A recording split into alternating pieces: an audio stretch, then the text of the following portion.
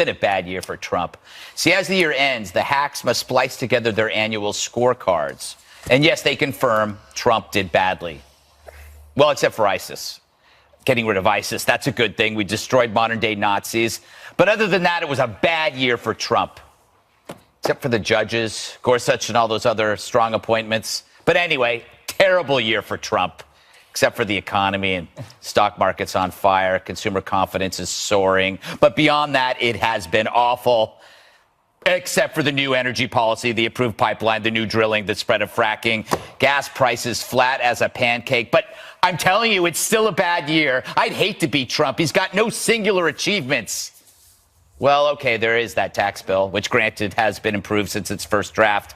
But it's just been a lousy year, except for the improved relations with China and Russia, India, the Saudis, Israel. But it's really been a downer for Donny Boy. Did I leave anything out? Aside from deregulation, ditching the accords, repealing the mandate.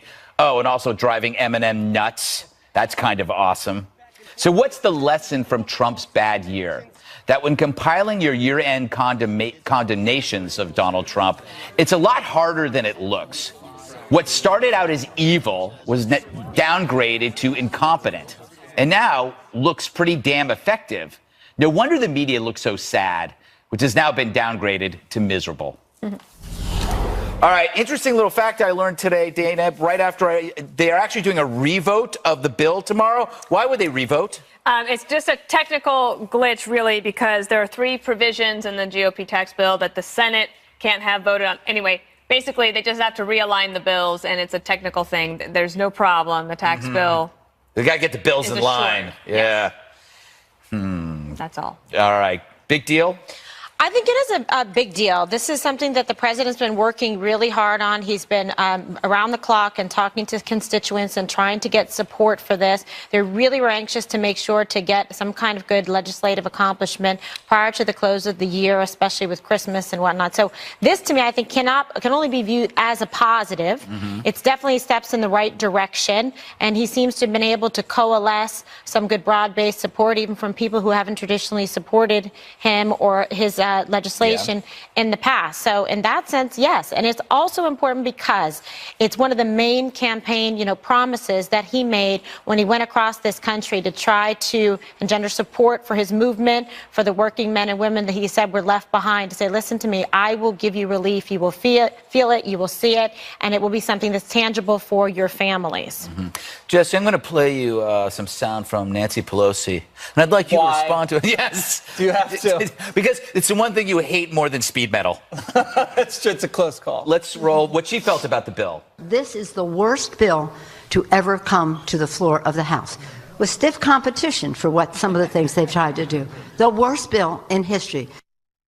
Jesse? They're all the worst bills, anything the Republicans Except for do. Bill Clinton. Right, that's true. They love him. I'm going to change my grade. A few weeks ago, on the anniversary of the election, I gave him a B+ on domestic policy. Now with the tax bill, I'm going to A-. Imagine what he'd be doing if the media wasn't 90% negative. It's a big headwind. And you don't grade on the curve. Right? I do not. I do not. Only with myself. Yeah. So economic optimism right now is through the roof. 5,000-point gain in the Dow for the first year. That's historic. And I think because finally America's getting over the Great Recession hangover. So Trump is like the Gatorade and the bacon, egg, and cheese that we need after a hangover, and it's working. And I want to try your little concept. Now, you always say, what specifically has Trump done to change your actual life? Well, here's an example. I think a third of Americans have 401ks, and the average 401k has about $100,000 in it. Just in the first year alone, the Trump economy would have made you an extra $25,000 for your 401k. Wow. That's a lot of money. Not only that, jobs are up, wages are up slightly, gas prices, as you say, are flat, and home ownership is up too. So just safety and security. We're not bringing in all these risky refugees. The ISIS caliphate's destroyed. The border crossings are down, and MS-13 prosecutions are up 89%. And then the social issues, what the liberals love to talk about. Gay marriage is still legal. Abortion is still legal. Medical marijuana, recreational marijuana. The states that had that still have that. So the Trump derangement syndrome, I believe, is self-inflicted. All the fear and loathing that the media pumps up is a scam in order to keep his poll numbers down and to help the Democrats win the midterms. So if you just look around and feel around, Trump has been good for America and Americans, not bad. Well, Juan, the vast majority are going to get a tax break. That must destroy you inside. Oh, yeah, it kills me. I'm telling you.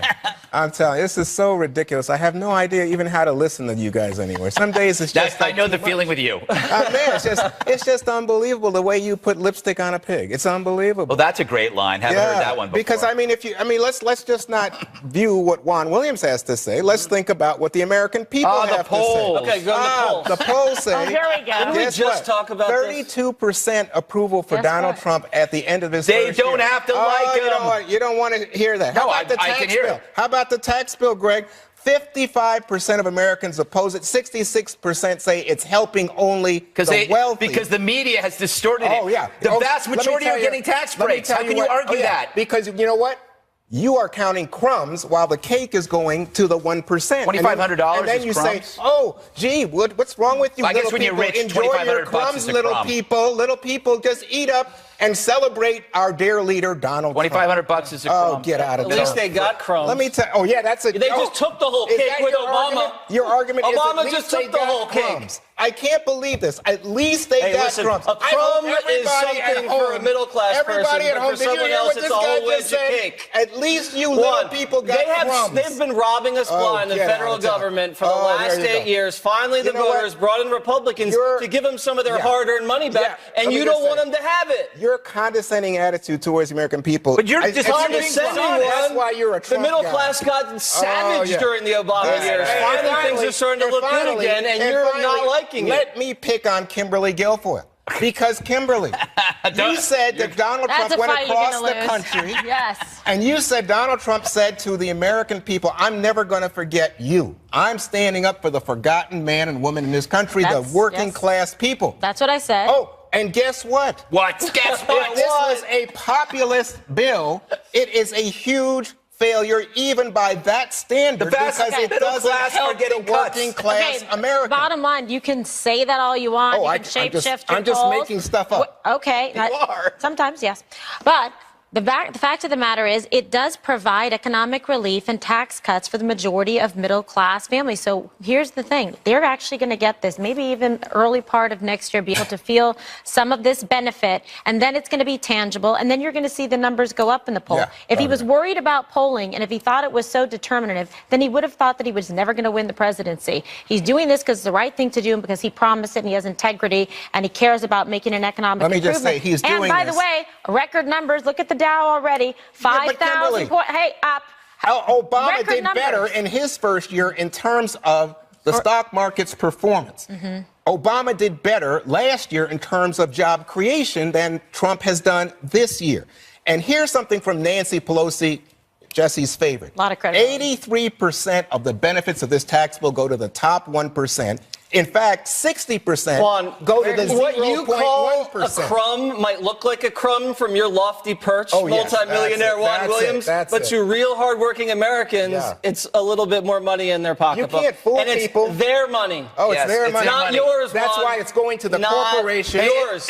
By the way, if it's only a crumb, why are you so worried about them getting it back? That's what I don't get. The government still needs it. Hey, I want to move on because you don't care that the rich get everything. Yeah, we're evil. They pay all the taxes. Rich people are evil. I get it. They pay all the taxes. If the rich people pay a lot of the taxes and then there's a tax cut, they get to then proportionally keep more money. Oh, yes. Is that hard to understand? You know what the French call this? Is that hard to understand? Oblige. You know what that is? Juan, we don't speak French in this that's country. Right. You never quote French. Hey, I want to get Dan in here, but first I want to get back to the difficulty. If she can hear anymore, Yeah, it's like you need a miracle ear after that. That is true. Yeah. The difficulty the media has in framing their year-end stories because of the emotion versus the reality. This is Sarah Sanders going over the achievements today. Nearly 1.7 million new jobs have been created, and the unemployment rate has fallen to 4.1%, the lowest rate in 17 years. The stock market reached a record high more than 60 times. We finally set up our nation on a path to not only energy independence, but energy dominance. We've seen the lowest level of illegal border crossings on record. Justice Gorsuch was confirmed to the Supreme Court, and this evening, hopefully upon passage of the Tax Cuts and Jobs Act, the President will have delivered the most significant tax cut in the history of the nation and repealed the Obamacare individual mandate. So, Dana, a person may not like any of those things, but those things happened. So I think you're seeing in headlines, this is my theory, that people are shifting away from awful to, well, all right, better than expected. The guy actually got some stuff done, which is really hard for people to do. I think that she makes a compelling closing argument there. Yeah. She could do it with a little more joy. Yes. I mean, they have a good story to tell. Yeah. But there is something strange about the public's mood writ large and what's actually happening on the ground. I actually think that if you were to take this back to the fight between establishment Republicans and the new Trump Republicans, that actually all of those things that you listed, if you're a traditional Republican, you're looking at that and you're like, oh, pretty good. That's pretty good. So I think that the personnel changes that happened sort of in the ninth month or eighth and ninth month of August and September have changed things in terms of, I guess, tone and demeanor. This is an interesting point. Which I think could help. But there's this lag part. And the other thing is there's something, the firing of James Comey, which leads to the special counsel, which leads to every day talking about Russia thing. That is something that I think is a drag on their ability to tell the other story with joy. Yeah, but it was what you're talking about. There's an interesting lag between what I hate the phrases establishment Republicans and the pro-Trump Republicans. But we know, that's how we define it. Yeah, but you have people. There's a feud going on in National Review right now between Charles Cook and the Jennifer Rubins and David Frums of the world over this because the hate, Kimberly, for Trump is so strong that they can't actually modify just a little bit and see that they're for a lot of these things that he got done. Right, because they have just essentially, an inherent bias in terms of they dislike the individual regardless of what they have to proffer, right? And that's the problem. So you have to be able to separate the sender from what you're actually receiving. Yes. And look at the tangible benefits of it. But I've actually seen, besides a few kind of like outliers, more of, a coalition supporting the tax benefits and what the president is trying to do. So I find that a little bit more encouraging. Can I mention just one thing? Can I add just one thing on that since I was so calm earlier? Just one point. Earlier in the year, you had the fights between Ryan and Trump. That was every day, fight Ryan and Trump. So today, what happened on the House tax bill? You had President Trump's number one agenda from his campaign and for the first year of his presidency meet up with Paul Ryan's lifelong career goal. And they actually get it done in that first year. And that is something that they can go home and talk about. But the Democrats are going to go home and talk about it, too. Yeah. And then that, right? I mean, everybody has something to go home and talk about. Imagine the 2018 elections, because every Republican, either the establishment Republican or people who have shifted Gregory Gutfeld to become Trump Republicans, they're all tied to Trump now. And with this tax bill, every Democrat running next year, 2018, is going to say, oh, you passed this bill for the rich. Oh, I love that you didn't say guess what there. Run against the tax bill. I think it's a loser because if you look at the polling, because you like to cite the polling. I do. For the first time in over a decade, majorities say the economy is good or excellent, and a historic record now say the economy will improve the next year. You separate their feelings for Trump and their feelings from the economy. Things are good on the ground. I got to go, you guys. You got to help a person before you ask for their vote. Hey, wages and jobs are up one. Tavis Smiley says PBS made a huge mistake suspending him over sexual harassment allegations. The network says he can't keep his story straight. Next.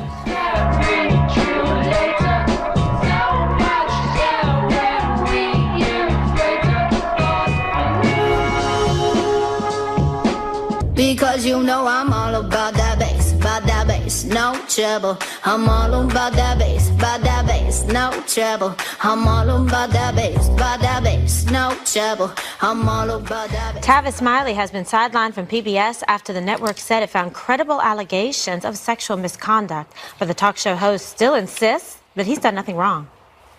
I was never told what the accusations were. What the accusations were, who the accusers were. I was never allowed to provide any data or evidence to debunk anything that perhaps I could have debunked if I had known what we were talking about anyway. They made a huge mistake. They've engaged in a sloppy investigation, and something needs to be done to fix this. Right. Well, Smiley admits to having sexual relationships with some of his subordinates, but claims they were all consensual. In my employee handbook, we do not encourage inter-office relationships, but we don't forbid it either, because I don't know how things are going to turn out in your life, and you start hanging out with our company. I don't know who you're going to meet. And let's face it, nobody's working 40-hour weeks anymore. We're working 40, 50, 60, 70, 80-hour weeks. Where else are you going to meet people? In this business, we're starting to criminalize legitimate relationships between consenting adults, and that's a real problem for me. PBS has fired back at Tavis, saying he needs to get his story straight. They maintain their investigation found misconduct inconsistent with the network's values and standards. So, Dana, this is a little bit of a different approach, because he's actually really gone on offense to try to say, listen to me, you made a mistake in suspending me. I was deprived of due process. This is what our employee handbook says, and really confronting it, kind of being his own best advocate to say, you guys went too far. I'm getting swept up in this swell of a movement. And, you know, so many cases that we've seen that have corroborative evidence, et cetera. But he took to the airwaves himself to defend. Which I think, yeah, obviously that's different. Additionally, though, the additional sentence from the PBS spokesperson was that additional allegations are continuing to come to light since last week's announcement, which then we've heard that before as well. So, I mean, it could be that he doesn't even know what those allegations might be from other people. I do like it that he's putting it out there that, I mean, we've got to have a way to handle these things appropriately. And I'm not saying that PBS didn't, because we don't know the facts. The one thing I would say that PBS tried to do, at least, except for him, is to keep things private, right? It wasn't like laying it all out there that here's parade all of these accusers out in front. Maybe they're not even accusers if it's consensual. And I don't know PBS's handbook, but anyway. It's a tote bag. Yeah. By the way, I'm glad that he didn't put it all out there. Yeah. He's maintaining he didn't. That's true. Oh, my goodness. He's saying he never did that. He never did that. I've always liked Tavis. No, but here's the problem. I'm sorry, I'm jumping in here, but yeah. Right now, we need women, not men, to become the fearless voice of reason here, because he sounds reasonable. And like you said, we don't know jack about the ingredients in his case. We don't really know. And oftentimes the things that are super shocking come out to be consensual. Like there was an anchor in which they said there was an assault.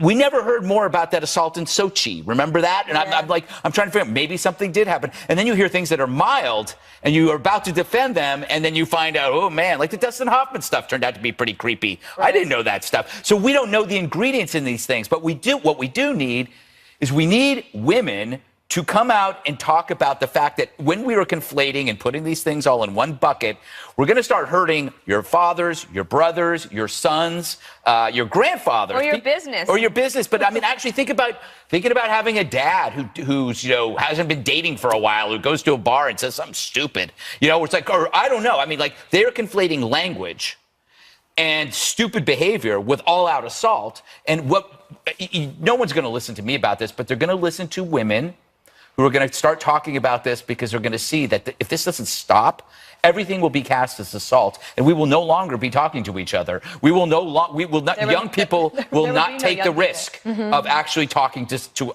another person, asking them out for a date. So it'll just be robots. I hope it'll be robots, because robots are more attractive. The weirdness, the sickness knows no bounds. Jesse, for more of it, let's get your no more take. drinks at the Christmas party either. Yes. Tickets. I don't know what happened with Smiley, so I don't want to talk about it, but I do know his point, and the point is, listen, there's good things about the Me Too movement because we're shining sunlight on men abusing power in a corporate environment or in a political environment, and let's get it out on the table. What were the photographs? What were the videos? What were the settlements? I want to see it all. But at the same time, if the Me Too movement's going to be about transparency, the Me Too movement also has to be about full and complete transparency. So, what was the history? Lisa Bloom, the woman that was dealing with the Trump accusers. There was payments, we're offering to pay those women too. Let's get it all out on the table because, like you said, Greg, the pendulum can then swing the other direction. And we could all be in big trouble. Matt Damon got in trouble. Exactly. The other day for sounding extremely reasonable when he said, listen, I take when someone pats someone on the butt differently than someone Weinsteining someone. Yeah. So, and he got blasted for that, which doesn't seem that off to me. And all Tavis is saying is, listen, if you're going to hammer me and discipline me, let me just get my story out there and let me get some evidence out there, or else it's becoming like a witch hunt. But I don't really know what happened there. Let me ask you something. Some of the senators have made, statements that they would like Franken to rescind his resignation. What are your thoughts on that? Well, this is Pat Leahy of Vermont, Joe Manchin, West Virginia. And both have said, they really regret what they consider to have been a panic, a rush to get Al Franken out of the Senate, and wish that he had been able to get due process, which is what I think Tavis Smiley is talking about. But in the Smiley case, by the way, it's not that he would go before an ethics committee. I think Tavis Smiley wants the evidence presented to him and given the opportunity to rebut it. The problem is in the corporate America, a lot of this really revolves around non-disclosure, privacy, confidentiality for people so that they feel comfortable in a corporate environment coming forward and don't think that they're going to be subject to retribution. So you have to make sure, as Jesse was saying, that people feel that there can be a clearing of the table. But it's not the case, and this is so interesting to me because I agree with you. I thought that what Matt Damon said was so reasonable, and yet Minnie Driver, who was his co-star and friend, just smacked him big time and said men don't understand what it is to be violated, by grabbing someone's butt or whatever, But I just feel like in so many of these cases, it's hard for us on the outside to come to some judgment. I must say I admire what Tavis Smiley did because he stood up in a way that I think was different in this moment because there is so much public opprobrium against anybody accused in this manner. And here he was saying, hey, wait a second. I'm not sure that he sold it when the PBS people came back, as Dana was talking about. I thought that was pretty strong. I think we're all mistaken. I think what Al Franken meant to say was that he was going to quit smoking. Okay, big misunderstanding there. Yes. But I'm surprised you didn't attack the Democrats because it's the Democrats that really forced out. I think they sacrificed. This was all a political ploy. It was a cynical way. They did this before Moore was running, and then now Moore lost. They're going, hey, maybe it's okay if you stay. All right, so did President Obama collude with Iran to let Hezbollah off the hook? A bombshell. New report coming up next. Another one bites the dust. Another one gone. Another one. Chilling on a dirt road. Laid back, swerving like I'm George Jones. Did the Obama administration derail a major investigation into Hezbollah's drug trafficking ring in order to save the Iran nuke deal? Well, that's the allegation in an extensive and explosive report by Politico titled The Secret Backstory of How Obama Let Hezbollah Off the Hook.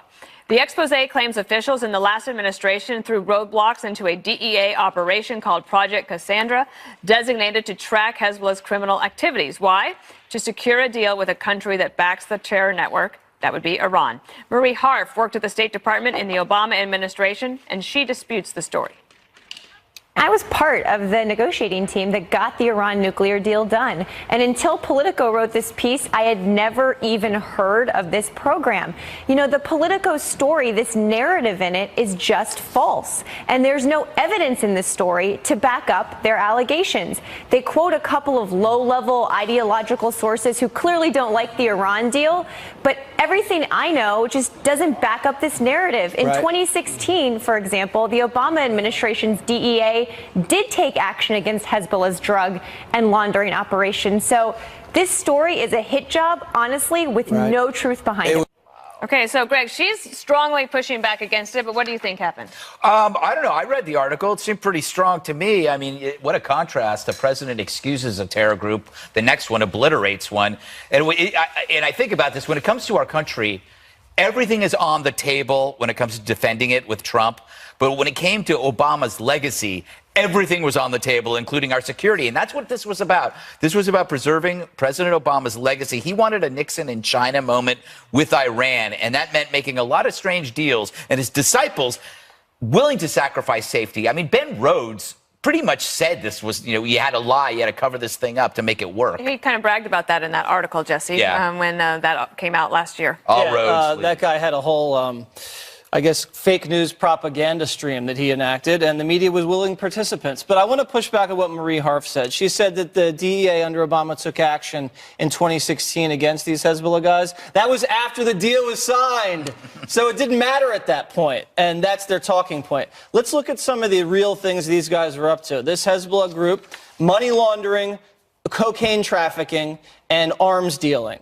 It was $1 billion enterprise. Lebanese arms dealer Ali Fayed tried to kill Americans. We got him in the Czech Republic. And instead of bringing him back, Putin said, no, keep him in the Czech Republic. And Obama said, all right, we're not going to lift a finger. And the guy's now out, and he's selling Russian artillery to the Syrian government.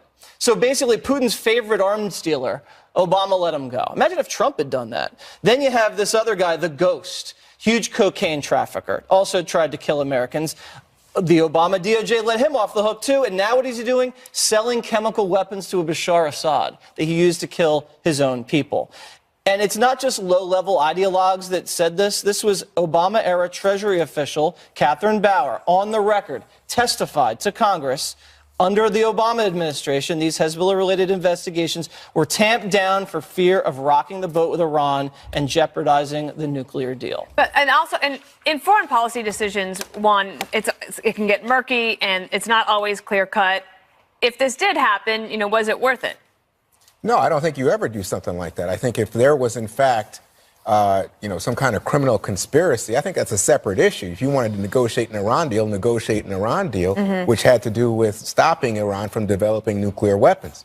But I have some trouble with the Politico piece in that I do think there's a real shortage of attribution to really strong sources. I think what you get instead, and I think the Obama administration officials have said this today, is a lot of speculation that appears to be coming from DEA, who thinks, well, this must have been a political operation coming from the Obama administration. Right. And the second thing to say is that Kevin Lewis, who is President Obama's spokesman now, said today, he said, really, there were sanctions before 2016 and actions, legal enforcement actions on the record taken against Hezbollah after 2016. So exactly what is this article about other than what we've seen, which is all of a sudden you get a lot of conservatives saying, oh, gosh, Obama was stirring up trouble. He was ignoring the law in order to get his Iran deal, which is not popular with conservatives. Let me get Kimberly in here about the DEA and how important is their work to the war against drugs, we're still calling it that, but to try to disrupt these type of rings that are funding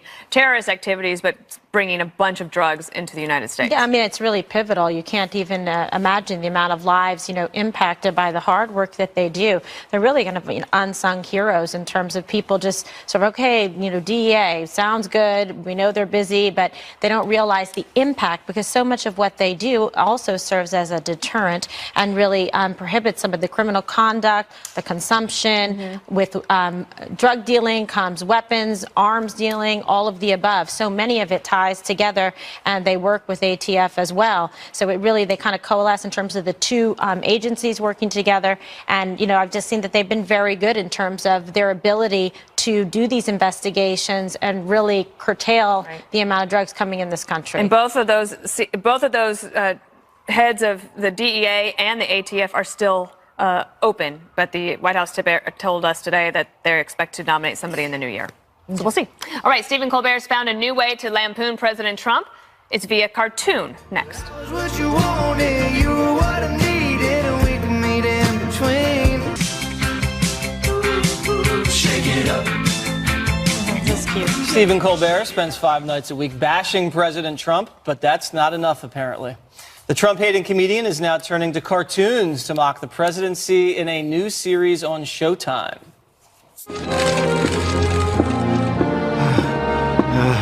Oh, God. You can do it. Come on. Come on. Oh, God. I can do it. Wait a minute. A cartoon president coming soon. Give me an Emmy. That wasn't that bad. Juan, what'd you think? Yeah, I mean, so I'm trying to be sensitive because I guess you guys are doing this segment because you think this is ridiculous. Why is Hollywood? Because I expect you're going to attack the Hollywood elite. You or guys, the media. The producers chose this one. Juan. No, but I feel like it's your heart is in this.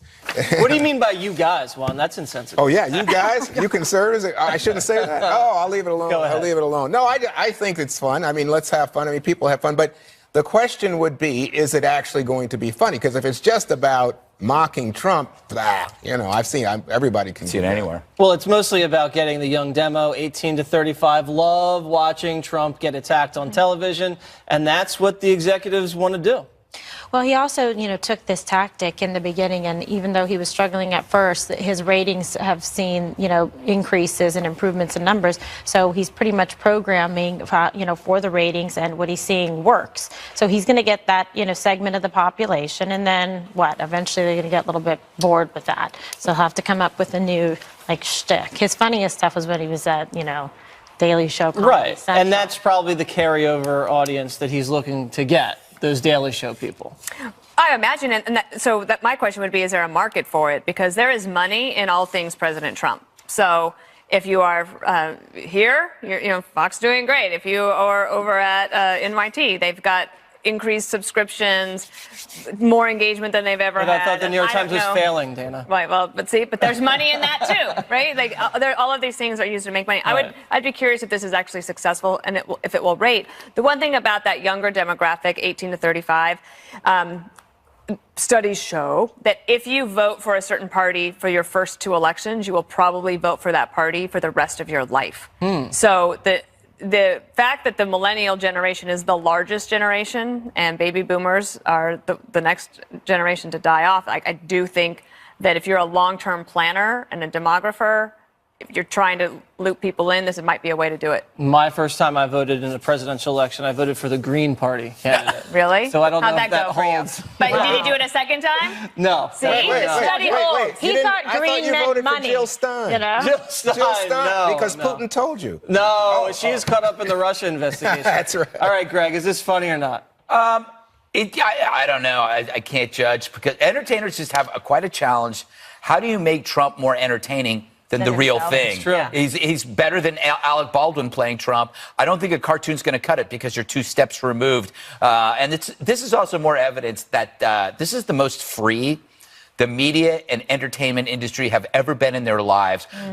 For the past 8 years before Trump, they were imprisoned by their own fear of offense, their own fear of being hated by their peers. They couldn't do cartoons of President Obama because they'd be considered racist and they wouldn't be invited to the right parties and they would lose the respect of, they wouldn't win awards. So I think the real oppression when people are worried about what Trump is doing is the reverse. If you're an athlete, if you're a professor, if you're an actor or a musician, you cannot voice pro-Trump sentiment, or you will pay. This pays. This pays. The other side in that climate does not. All right. Coming up, more people are celebrating Christmas without one important ingredient. We'll explain next. Jingle bells, jingle all the way. Oh, what fun it is to ride in a 57 Chevrolet.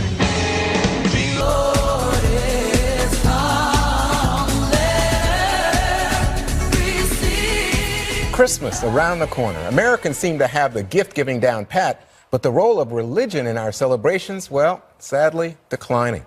According to a new Pew poll, fewer Americans are concerned with the religious aspect of the holiday, which is, of course, to celebrate the birth of Jesus Christ. Now, most don't seem to be bothered by this secular trend. What about you, Kimberly?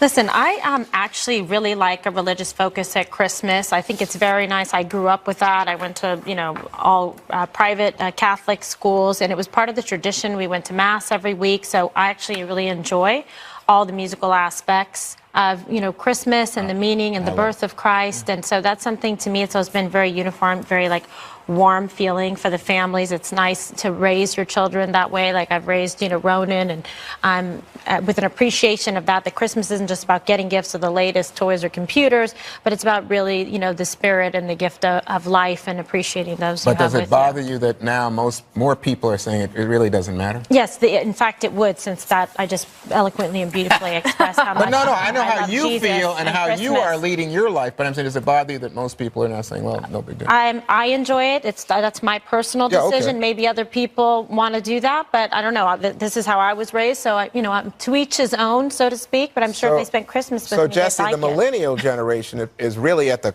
cutting edge of this. Big drop. Something like only 40 to 32% say this is just a holiday. It's a secular thing. It's like, what do they call it? Christmas celebrations or winter holiday? I don't know. No, didn't Seinfeld have a name? Oh, Festivus. Festivus. Yes. There you go. It doesn't surprise me. I used to do these shoots where I used to go out and ask, where was Jesus born?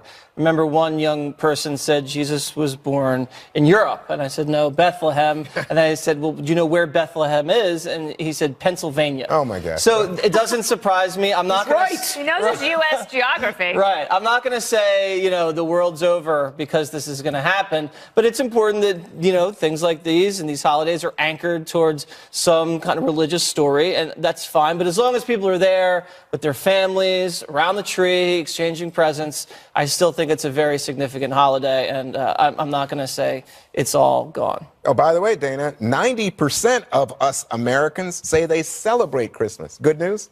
Well, yes, and it's possible that millennials would decide to become religious later on in their life, but I do think that this is true worldwide, at least Europe and America, that church attendance has declined. I would say, though, and one of these things, for example, just biblical literacy, whether you are a believer or not, it's important for your education because there's so much goes into knowing those things, like when you're reading beautiful literature like The Old Man and the Sea, like things like that. If you know biblical literacy, if you have biblical literacy, you'll do better in your career. One last thing for you, Greg. Education. Only 25% of Americans agree there's a war on Christmas. How dare they? Wow, we have really got to get on There it. goes our War on Christmas special. I was hosting it with Dobbs. Anyway, I'm not religious. But I think it's hypocritical to celebrate Christmas if you're not religious, because religion here, in this case, Christianity created a really fun event, and you're taking part in the event without actually ascribing to its beliefs. That's hypocritical. That's why I'm not a big Christmas guy, because I don't ascribe to the beliefs. So I try to remain my consistency. I be polite. I go to the relatives. I exchange gifts, but I don't buy into any religion whatsoever because, there's so many of them and all of them believe that every one of them is wrong but theirs. So that's what they have in common. I think what the real message here is that humans need a ritualistic activity that brings them together, and it's very important. And if we are moving away from a religious worldview, we need to figure out how we bring people together after that happens. Should we let Greg celebrate Christmas? Yeah, I'm going to get You know what, Greg? I think it's okay. We're going to allow it. He might be a lot less cranky, though. I know. Believe me, I celebrated plenty of right Christmases. at you, America.